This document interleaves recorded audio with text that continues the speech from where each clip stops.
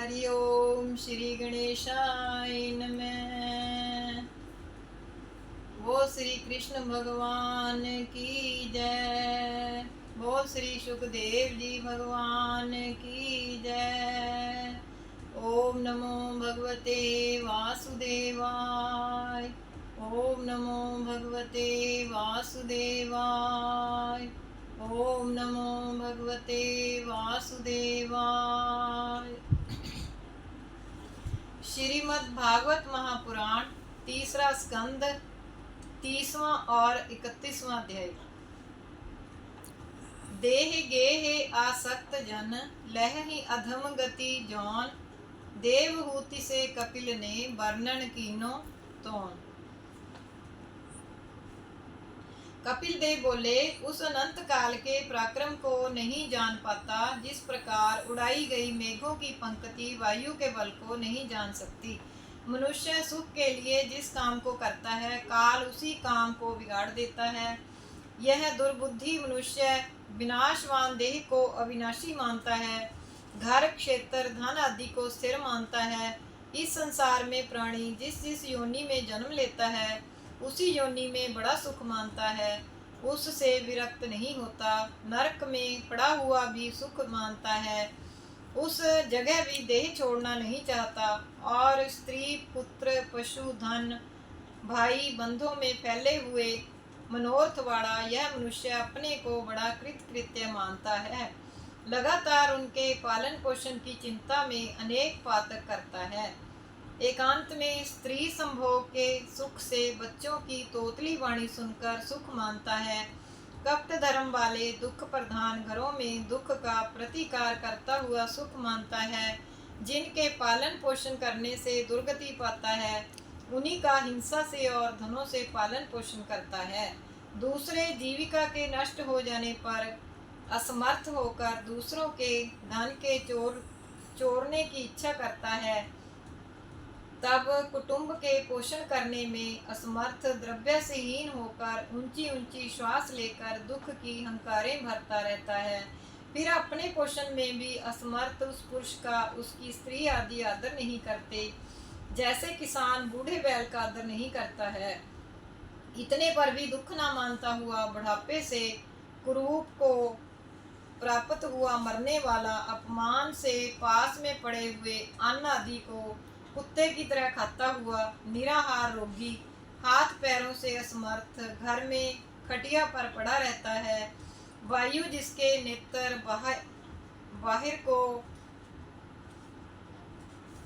निकल आते हैं, खांसी और श्वास के कारण जिसको बड़ी पीड़ा होती है, कफ से जब नाड़ी घेर ली जाती है, कंठ में जिसके घुर्र घुर्र शब्द होता है, तब काल की फांसी में पड़ा हुआ शोक करते हुए अपने भाई बंधुओं से घिरा हुआ, हे भाई हे पिताजी, इस तरह बोलने पर भी अत्यंत तीव्र पीड़ा के कारण बोल नहीं सकता, किंतु अपने कुटुंबियों के सामने रोते रोते मर जाता है। तब वह भयंकर दो यमदूतों को देखकर विष्ठा मूत्र कर देता है। तब वे दोनों यमदूत यातना दे गले में फांसियों से बांधकर बड़े लंबे मार्ग में ले जाते हैं। राजदूत जैसे किसी अपराधी को ले जाते हैं। तब दूतों के धमकाने से विदीर्ण हृदय वाला रास्ते में कुत्तों से खाया गया अपने पापों को याद करता है, अपने पापों की याद करता है। क्षुधा और प्यास से दुखी सूर्य वन चिन्ह और वायु से तपा हुआ, पीठ पर कोड़ों की मार से पीटा गया, गर्म बालू में छाया और जल रहित रास्ते में अशक्त होने पर भी उसे चलना पड़ता है। जगह जगह पर गिरता पड़ता, थका मांदा मूर्छित हो जाता है और फिर उठकर यमराज के दरबार में 2 या 3 मुहूर्त में 99,000 योजन ले जाया गया। बड़ी बड़ी तकलीफें पाता है। वहाँ यमलोक में अपने शरीर के जलने, अपने मांस को खाने, कुत्ते और गीदों से अपनी आंतों के निकाल लेने, सर्प बिच्छू आदि जंतुओं से घोर पीड़ा पाने का एवं हाथ पैर के काटने, पहाड़ों की चोटियों से गिराए जाने, जल और गड्ढों में पटकने की तथा रौरव आदि घोर नरकों की पीड़ाओं को पाता है। हे मैया, नरक और स्वर्ग यहाँ ही हैं। नरक और स्वर्ग का दुख सुख यहाँ ही देखने में आता है। इस तरह कुटुंब तथा अपनी देह का पालन पोषण करता हुआ अंत में दोनों को छोड़ इस प्रकार उसके फल को पाता है। वह अकेला प्राणियों के द्रोह से पुष्ट किए अपने शरीर को यहाँ ही छोड़कर नरक पाकर ईश्वर द्वारा दिए हुए अपने कुटुंब पोषण कर्म के फल को भोगता है। हे माता, मनुष्य देह के पहले कितनी यातनाएं तथा कुत्ता सुअर कीड़ा आदि योनियां, इन सब को क्रम से भोग कर क्षीण काय होता हुआ शुद्ध होकर फिर इस देह को पाता है। बोल श्री कृष्ण भगवान की जय। बोल श्री सुखदेव जी भगवान की जय। ओम नमो भगवते वासुदेवाय। 31वां अध्याय। मनुज योनि लही जीव यह निज कर्मन अनुसार, पावे गति जिमि राजसी सुनहु सकल अभिचार। श्री कपिल जी बोले, प्राणी देह प्राप्ति के लिए देव से दिए गए कर्म फलों के द्वारा पुरुष के वीर्य के कणों के आश्रय से स्त्री के उदर में प्रविष्ट होता है। फिर एक रात में वीर्य और रुधिर से मिश्रित होता है। 5 रात में बबूला बनता है। 10 दिन में बेर के फल के समान होता है। इसके बाद अंडा सा बनता है। 1 मास में सिर, 2 मास में हाथ पैर आदि अंग छंटने लग जाते हैं। 3 मास में नख, रोंगटा, हड्डी, चाम और लिंग तथा अन्य छिद्र छंटने लगते हैं। 4 मास में सप्त धातु, 5 मास में क्षुधा प्यास की उत्पत्ति हो जाती है। 6 मास में जेर से लिपटा हुआ दक्षिण कुक्षी में घूमने लग जाता है। प्राणी मैया के खाए हुए अन्न पान आदि से बढ़ता हुआ विष्ठा और मूत्र के गड्ढे में पड़ा रहता है। उस जगह कीड़ों से घायल किए हुए सर्वांग वाला मूर्छित हो जाता है। मैया के खाए हुए कड़वे, तीखे, गरम, नौन के, खट्टे आदि पदार्थों से सब शरीर में जिसके पीड़ा होती रहती है। जेर से बंधा हुआ पीठ और गर्दन को मोड़े हुए कोख में सिर देकर पड़ा रहता है। पिंजरा से तोते की तरह अपने हाथ पैरों के हिलाने चलाने में भी असमर्थ, पूर्व जन्म के कर्मवश प्राप्त हुए स्मरण वाला, सैकड़ों जन्मों में किए हुए कर्मों को याद करता हुआ सुख नहीं पाता। फिर 7 मास से लेकर उसे ज्ञान भी हो जाता है, परंतु सोबरी की वायु से कांपता हुआ एक जगह जमकर स्थिर नहीं रहता। पेट में इधर उधर डोलता ही रहता है। फिर हाथ जोड़कर जिसने पेट में मुझे पहुंचाया है उस परमात्मा की स्तुति करता है। जीव कहता है, जिस परमात्मा ने ऐसी गति दिखाई है मैं उसी की शरण में हूँ। हे भगवान, यहाँ मैया की जठराग्नि से तपे हुए शरीर वाला लोहू विष्ठा मूत्र के कुआं में पड़ा हुआ अपने मांसों को गिनता हुआ इस बिले से निकलना चाहता हूँ। इसलिए आप मुझे इससे बाहर कब निकालोगे? हे विभो, बहुत से दुख वाले इस गर्भ में पड़ा हुआ भी मैं बाहर नहीं निकलना चाहता, क्योंकि बाहर निकलने पर प्राणी को तुम्हारी माया घेर लेती है। इसलिए मैं तो इसी जगह सब कर्म फलों को भोग कर हृदय में प्राप्त किए हुए विष्णु भगवान के चरण कमलों को धारण कर अपना उद्धार करना चाहता हूँ। कपिल देव कहने लगे कि इस तरह गर्भ में पड़ा हुआ जीव स्तुति करता है।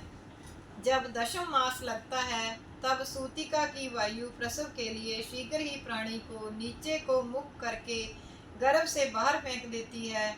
तब फिर उस सूतिका की वायु से नीचे को फेंका हुआ नीचे को सिर करके बड़ी तकलीफ से निकलता है। तब धरती पर रक्त और मूत्र में गिरा हुआ उल्टी गति को प्राप्त हुआ ज्ञान के नष्ट हो जाने पर रोने लगता है। उसके अभिप्राय को ना जानती हुई मैया आदि उस बालक के रोने पर तकलीफ जानकर स्तन का दूध और नीम का रस पिलाने लगती है। खटमल आदि से युक्त मलिन खाट पर सुलाया हुआ शरीरों के खुजाने में असमर्थ होता हुआ रोता है। इस तरह 5 वर्ष के बालकपने के दुखों को और 10 वर्ष के पौगड़ अवस्था के दुखों को भोग कर जवानी को प्राप्त करता रहता है। जवानी में इच्छित वस्तु के ना मिलने से शोक के कारण बढ़े हुए क्रोध वाला घमंड में आकर आत्महत्या करने के लिए उतारू हो जाता है। पंचभूतों से बनी हुई इस देह में मैं मेरे पने का घमंड करने लग जाता है। देह के लिए ही कर्म करता रहता है। जिस कर्म से के बंधी हुई देह से फिर संसार के आवागमन के चक्कर में पड़ जाता है। यदि प्राणी लिंग उदर के वास्ते किए हुए उद्यमों से असन्मार्ग में पड़ जाता है तो वह पहले की तरह फिर नरक में ही पड़ता रहता है। दुष्ट संग करने से सत्य, शुद्धता, दया, मौन, शांति, इंद्रियों का दमन, यह सब जब नष्ट हो जाते हैं, अशांत मूड और जो स्त्रियों के संग से क्रीड़ा मृग की भांति स्त्रियों के हाथ के कठपुतले बने हुए हैं, ऐसे पुरुषों का संग ना करें। जैसा स्त्री संग करने से मोह और संसार बंधन होता है, वैसा अन्यों की संगति से नहीं होता। आहा, ब्रह्मा जी भी अपनी कन्या को देखकर मृग रूप धारण कर भागती हुई कन्या के पीछे स्वयं भी मृग रूप धारण करके संगम करने के लिए दौड़े थे। अतः स्त्रीमयी माया से नारायण ऋषि को छोड़ और कौन सा मनुष्य है जो मोह को प्राप्त ना हो।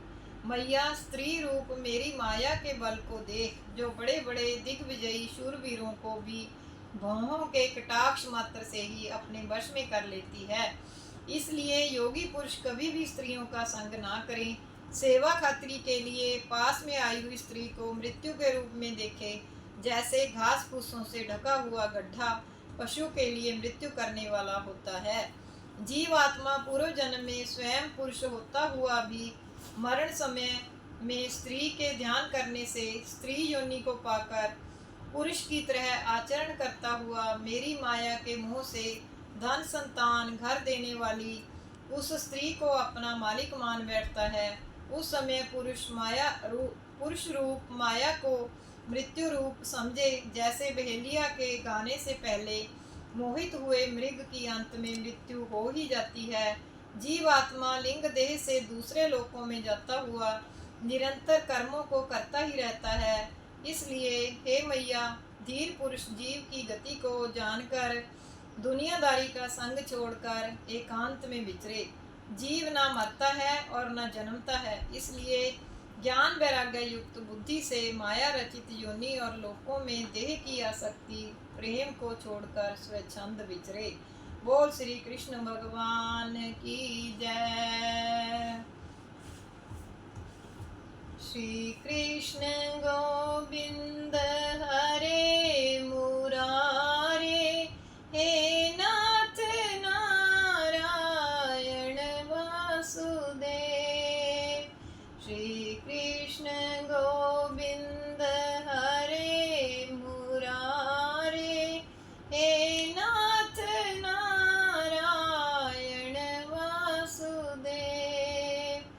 श्री कृष्ण गोविंद हरे मुरारे, हे नाथ नारायण वासुदेव। अच्युतं केशवं राम नारायणं, कृष्ण दामोदरं वासुदेवं हरिं, श्रीधरं माधवं गोपिका वल्लभं, जानकी नायकं श्रीरामचंद्रं भजे। बोल श्री कृष्ण भगवान की जय। ओम नमो भगवते वासुदेवाय। ओम नमो भगवते वासुदेवाय। ओम नमो भगवते वासुदेवाय।